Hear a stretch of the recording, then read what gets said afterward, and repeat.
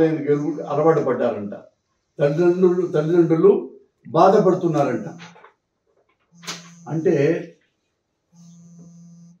ఈనాడు చెప్పిన ప్రకారం ఏంటంటే, ఈ చదువుకోవడానికి పేద పిల్లలకి ఏ ఇంట్లో ఆ ఓపెన్ చేసి ఆ ట్యాబ్ బూతులు చూస్తున్నాడు, చూడకూడనివి చూస్తున్నాడు. ఎవరు చూస్తుంటారు? చూస్తే రామోజీరావు చూసి ఉండాలి, లేదా వాడి కొడుకు చూసి ఉండాలి, లేకపోతే వాళ్ళ దగ్గర ఉన్న ఒక జర్నలిస్ట్ చూసి ఉండాలి. గోడ దూకి దొంగచాటుగా ఎవరున్నా ఇట్లా చూసేవాళ్ళు తలుపులు వేసుకుని చూస్తారుగా.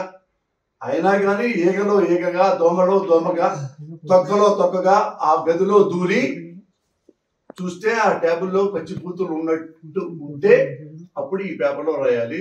దాంతోపాటు విట్నెస్ కూడా పెట్టాలి, సాక్ష్యం కూడా పెట్టాలి. నేను రామోజీరావు గారిని ఎందుకు ప్రశ్నిస్తున్నానంటే, మీరు చాలా మంది అనుకుంటారు, అయ్యో రామోజీరావు గారు చాలా పెద్దోడు, రామోజీరావు గారు లవ్ ఫుట్ ఏంటి, రామోజీరావు గారు రాజకీయ బ్రోకర్ ఏంటి, వాడేంటి, ఆ సన్నాసి అంటాడు ఏంటి పోసాని అంటారు కదా. అతను నా మంచి క్లోజ్ ఫ్రెండ్. డీటెయిల్గా చెప్తాను. ఉన్నప్పుడు ఇవి సాక్ష్యం కావాలి కదా, సాక్ష్యం లేదు. అప్పుడు ఏం చేయాలి? ఇప్పుడు ఈ ట్యాబ్లన్నీ తీసేసేయాలన్నమాట, లేదా స్కూళ్ళు మొత్తం మూసేసేయాలి. ఆ పిల్లలు పాడైపోతున్నారు కాబట్టి స్కూళ్ళు మానేయాలి, అంతే కదా. ఒరే రామోజీరావు సన్నాసి, అసెంబ్లీలో ఎమ్మెల్యే కూర్చొని స్పీకర్ గారు మాట్లాడుతుంటే సెల్ ఫోన్ పెట్టుకొని ఓవర్ వీడియో చూస్తున్నాడు. అది మీ జర్నలిస్టులు అందరికీ తెలుసు. అది ఏ రాష్ట్రమో చెప్పక్కర్లా. ఒక అసెంబ్లీలో ఒక ఎమ్మెల్యే కూర్చున్నాడు, మిగతా వాళ్ళు వేరే మాట్లాడుకున్నారు ప్రజా సమస్యలు, ఇతను సెల్ ఫోన్లో పెట్టుకొని అమ్మాయిని చూస్తూ ఉన్నాడు. ఇది తప్పు. ఇప్పుడు ఏం చేయాలి? దాన్ని అతను సెల్ ఫోన్ మొత్తం క్యాన్సిల్ చేయాలా, ఎమ్మెల్యేలు మొత్తం క్యాన్సిల్ చేయాలా, అసెంబ్లీని రద్దు చేయాలా జీవితాంతం? సన్నాసి ఆన్సర్ చెప్పరా? నిజంగా ఏవైతే ట్యూబులు ఇచ్చారో ట్యాబ్ చూడటానికి, దానికి లాక్ ఉంటుంది. వాళ్ళు ఎవరు నొక్కినా కానీ అందులో ఫ్రంట్ పేజీ మొత్తం వేసేసి పిల్లలందరూ నాశనం అయిపోతున్నారు, వాళ్ళ అమ్మా నాన్న తెగ బాధపడిపోతున్నారు అని ఎట్టా రాస్తావరా బుద్ధి లేనోడా? అసెంబ్లీలో మరి ఎమ్మెల్యే ఉన్నాడు, ఎమ్మెల్యే మొత్తం రద్దు చేయాలి కదా. అసలు వాళ్ళకి సెల్ ఫోనే ఇవ్వకూడదు కదా. మరి ఆ మాట బుద్ధి నీకు లేదా? నేను ఒకటి చెప్తా, మీ జర్నలిస్ట్ ఎవరికో తెలియదు. రామోజీరావు నాకు ఎంత ఫ్రెండ్.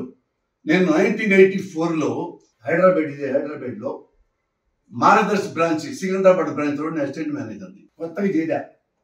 ఫ్రెష్గా వస్తే ఏమనుకుంటావు, మనం చాలా నిజాయితీగా ఉండాలి, పర్ఫెక్ట్గా ఉండాలి, పర్ఫెక్ట్గా ఉంటే తొందరగా మేనేజర్ అయిపోతాను. ఇది కళ నాకుండే. ఈ లంగా పనులు చేయటం నాకు ఇష్టం లేదు. కాజా అక్కడ రామోజీరావు, నేను వచ్చిన తర్వాత తెలిసిపోయింది ఏంటంటే, అందులో అసిస్టెంట్ మేనేజర్గా రామోజీరావు అనేవాడు పెద్ద లవ్ ఫుట్. ఈ ప్రజల దగ్గర ఎవరైతే పాప చిట్లు కడతారో వాళ్ళ దగ్గర రాంగ్ రూట్ లో డబ్బులు కాజేసి అది కూడా ఒక వర్గం పెట్టేసుకున్నారు, రామోజీరావు గారి గ్రూప్. అది నాకు ఎవరు ఆ స్టాఫ్ చెప్పారు, ఏముంది ఇక్కడ ఇన్ని నుండి, అమ్మో రామోజీరావు చాలా హానెస్ట్ కదా, ఎట్లా చేస్తారు సార్? ఇక్కడ ఒక మేనేజర్కి నెలకి మినిమం 10 లక్షలు ఇన్కమ్ ఉంటుంది, జీతం కాదు మిగతాయి. అంటే ప్రజల్లో మోసం చేసి నాకు చిట్టు రావాలి, నాకు రాదు, వేరే వాడికి వస్తుంది, వేరే వాడి చిట్టు రాదు, వాళ్ళే డబ్బులు తీసుకుంటారు, ఆ చిట్టు వాడికి ఇస్తారు. అది నేను ఎంక్వైరీ చేసి చేసి చేసి చేసి పబ్లిక్ లో కస్టమర్స్ ముందు ఒక 40 మంది స్టాఫ్ ముందు వాడి చొక్కా పట్టుకొని అటు పెట్టి మార్గదర్శి మేనేజర్ని ప్రూవ్ చేశా, వీడు లంచాలు తీసుకుంటున్నాడు, ఈ లంచాలు పైకి వెళ్తున్నాయి రామోజీరావు అనుకోకి అని చెబితే అన్అవాయిడబుల్ ఏం మాట్లాడకుండా ఆ మేనేజర్ని డిస్మిస్ చేశాడు. మీరు కనుక్కోవచ్చు కావాలంటే. సికింద్రాబాద్ బ్రాంచ్ 1985లో మోహన్ రావు మేనేజర్ పేరు. నేను ఓపెన్ గా మీకు చెప్తున్నా, ఏం విట్నెస్ లేకుండా ఊరికినే నువ్వు తిట్టాడు నేను తిట్టాను అని అనుకోవద్దు మీరు. ఎందుకంటే నేను చాలా లోతులు ఉన్నాయి, నాకు ఎవడెవడో చాలా పెద్ద పరిచయాలు ఉన్నాయి. అప్పుడు వాళ్ళు ఏం చేస్తారు, తప్పనిసరిగా వాడిని డిస్మిస్ చేయాల్సి వచ్చింది. డిస్మిస్ చేశారు. మిగతా స్టాఫ్ అక్కడున్న ప్రజలు వాళ్ళందరూ వచ్చి, బా మురళి గారు చాలా సంతోషం, మురళి గారు మా డబ్బులు ఇది లేకుండా చేశారు అని అన్నారు. పొద్దున్నే మళ్ళీ వచ్చా, లెటర్ వచ్చింది, mister Posani Krishnamurali, you have been transferred to head office. ఎందుకు సార్ నేను వచ్చింది నెలాగే సార్, నేను నెలలో వాడిని పట్టుకున్నాను అవినీతి పరుణ్ణి, నా తెలిచవదు. దీని తీగలు అక్కడ హెడ్ ఆఫీస్ లో ఉన్నాయి, దాని వెనక రామోజీరావు ఉన్నాడని మనకు తెలిసాం. అంటే నేను ఎందుకు సార్ అక్కడికి హెడ్ ఆఫీసు ఉందో లేదో నేను కూర్చున్నాను లేదో ఎట్లా అనుకునే లోపే మళ్ళా mister Posani Krishnamurali, you have been transferred to Khammam. ఎక్కడ హైదరాబాదు, ఎక్కడ ఖమ్మం, నాకేం సంబంధం, నేనేం పాపం చేశాను, రిజెక్ట్ చేశానా, పెద్దలు తిట్టానా? ఒక దొంగను పట్టించా. ఎందుకు తిప్పుతున్నారు ఇవన్నీ? దొంగలు కాబట్టి. ఈ దొంగల నాయకుడు రామోజీరావు కాబట్టి షార్ట్ టైంలో 10 రోజులు 2 మారుస్తారని మూడు బ్రాంచ్లు నన్ను ట్రాన్స్ఫర్ చేసి, ఇక నాకు అర్థమైపోయింది, సీన్ అర్థమైపోయింది. అక్కడి నేనే లెటర్ రాసి ఇక్కడ మీ దగ్గర పనిచేయటం చాలా గొప్ప ఎక్స్పీరియన్స్. అది మద్రాసు నాకు వెళ్తా కారణం.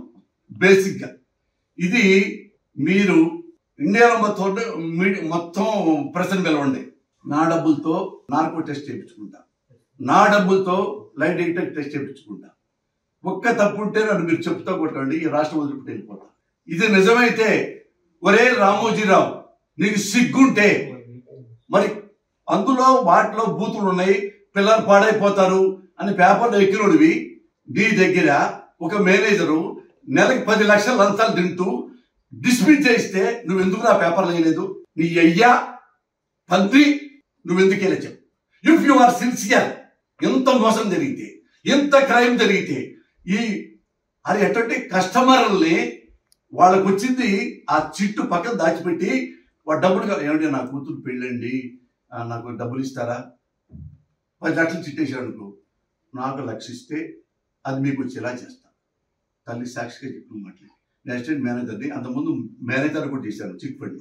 నా చిట్ ఫండ్ పెట్టడం తెలుసు, నా దివాళా తీయటం కూడా నాకు తెలుసు.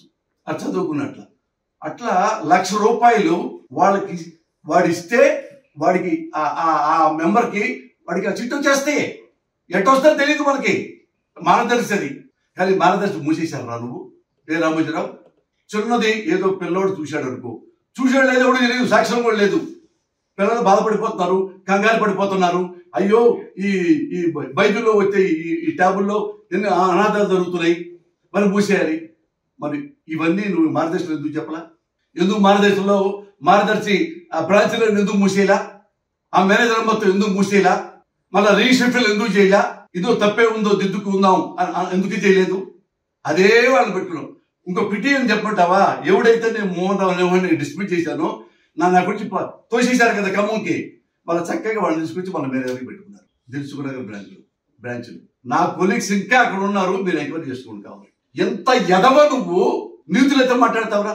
ఎట్లా మాట్లాడతావు? ఫ్రంట్ పేజీలు వేసి ఏమన్నా పిల్లలు చూస్తా వాళ్ళ పట్టుబట్టి, ఇదిగో ఇక్కడ ఇది ఉంది, నాకనంగా ఈ ఫోటో చూస్తున్నారు అని ఎవడైనా అన్నాడా? అనుకుంటానే నువ్వే క్వశ్చన్ వేసుకుంటావు సన్నాసి, నువ్వే అర్థం చెప్పుకుంటావు. ఎందుకంటే జగన్ అంటే నీ కోపం, జగన్ అంటే నీ ద్వేషం. జగన్ ఉండకూడదు, ఈ సీట్లో ఉండకూడదు, ఈ సీట్లో వేరే క్యాస్ట్ ఉండకూడదు. ఆంధ్రప్రదేశ్లో ఆ ప్రభుత్వం ఎవడంటే మన కమ్మాడే ముఖ్యమంత్రిగా ఉండాలి. ఏ క్యాస్ట్ ఉండటానికి వీల్లేదు, రెడ్ ఉండటానికి వీల్లేదు, కాపు ఉండటానికి వీల్లేదు, ఎస్సీ ఎస్టీ బీసీ మైనార్టీ ఎవడదు, కమ్మోడే ఉండాలి ముఖ్యమంత్రిగా. అంత గులరా నీకు, కమ్మ గుల నీకు. అది నేను కమ్మోడే, నా కర్మగారి కమ్మాడిలో పుట్టా, అది వేరే మ్యాటర్. అంత అంత అంత అంత గుల ఉంది. పైగా ఏంది, కమ్మాళ్ళలో కూడా నీ చెంచా నీవు ప్రేమిస్తావే చంద్రబాబు నాయుడు, అతనే ఉండాల ముఖ్యమంత్రిగా. మళ్ళీ వేరే డొక్కం. ఎంత ప్రేమ అంటే మనోడికి ఈ చంద్రబాబుకి. మీకు గుర్తుందా రామారావు గారి వెనుపోడు పొడిచి? ఆ ఎపిసోడ్ గుర్తించుకోండి ఒకసారి. అప్పుడు రామారావు గారు ఉన్నప్పుడు రామోజీరావు గారు ఒక ఉద్యమం పెట్టాడు, చాలా నీతిమంతుడిలాగా. మద్యపాన నిషేధం ఉండకూడదు, లివర్లు పోతాయి, కిడ్నీలు పోతాయి, హార్ట్ పోద్ది, అన్ని పోద్ది, ప్రాణం పోద్ది, ఎందుకు ఇది అని పెద్ద పెద్ద బిల్డప్లు ఫ్రంట్ పేజీలు చేస్తే, అమ్మో రామోజీరావుకి ఎంత ప్రజల మీద ఎంత కన్సర్న్ ఉంది, ఎంత కన్సర్న్ అని అందరు ఎంకరేజ్ చేశారు.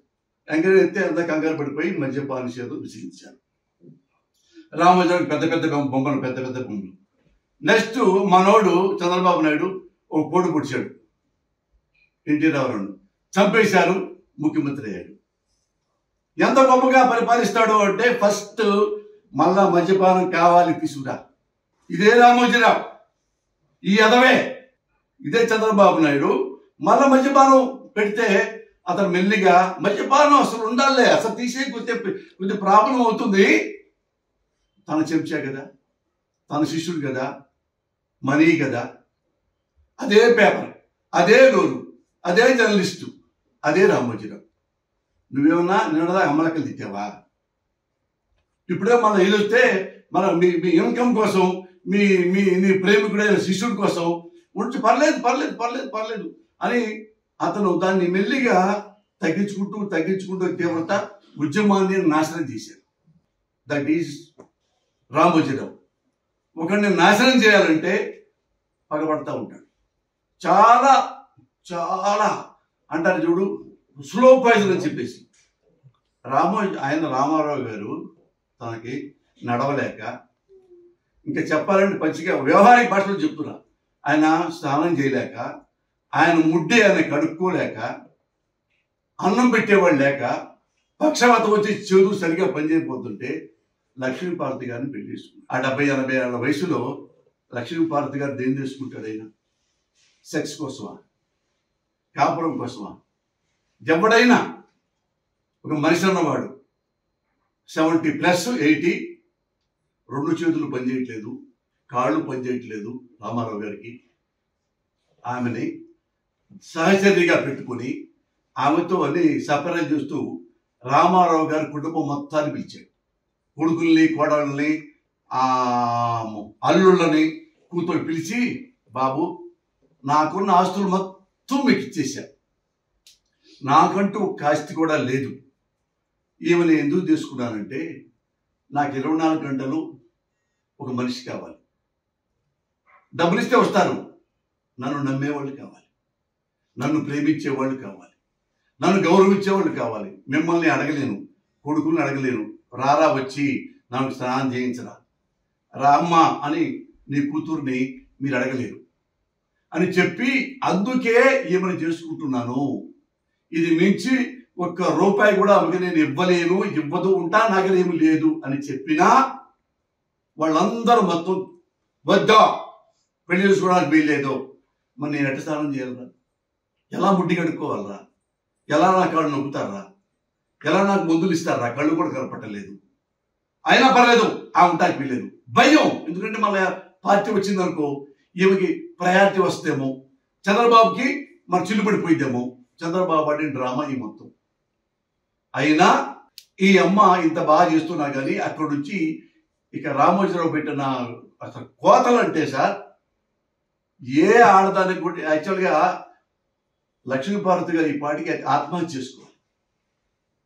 బాగా చదువుకున్న ఆడకూతురు కాబట్టి చేసుకోలేదు సంస్కారంతో. ఎవ్రీడే చూసుకోండి మీరు, ఆమె బొమ్మ వేరే రోజు లేదు, ఇంత కార్టూన్ వేయటం, ఈయన ఇక బండిలో ఉంటే రామారావు గారు మోసుకుపోవటం, రామారావు గారు ఆమెకు సపర్లు చేయటం, రామారావు ఇట్లా ఏంటి అంటే లక్ష్మీపార్వతి ఆదేశించటం, కొన్ని వేలన్న లక్ష్మీపార్వతి గారు కదా.